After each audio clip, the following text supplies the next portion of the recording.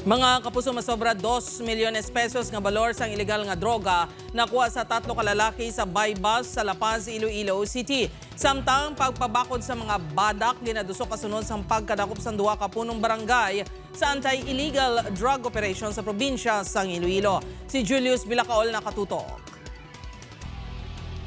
Nagdangat sa kinabulubanta 2.4 million pesos ang balor sa suspected shabu nga nakuha sang grupo nga ginpangunahan sang Iloilo City Drug Enforcement Unit sa Baybas Operation nga ginpatigayon sa Zone 4, Baldosa, La Paz. Arestado sa operasyon ang subject nga si alias Troki, 43 anyos sa mga lugar.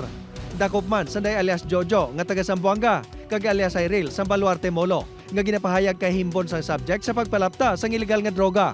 Anom kuno ka bulan nga ginpaidalom sa surveillance sang subject antes na tigayon ang operasyon. Ang operasyon siniya nag-cover sa Bogos nga syudad.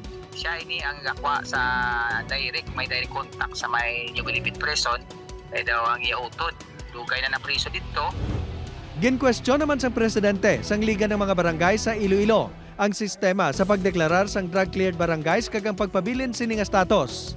Ini makaligad nga 2 ka mga punong barangay sa Iloilo ang nadakpan sa separado nga buy-bust operations sang kapulisan sinila nga bulan sang Enero.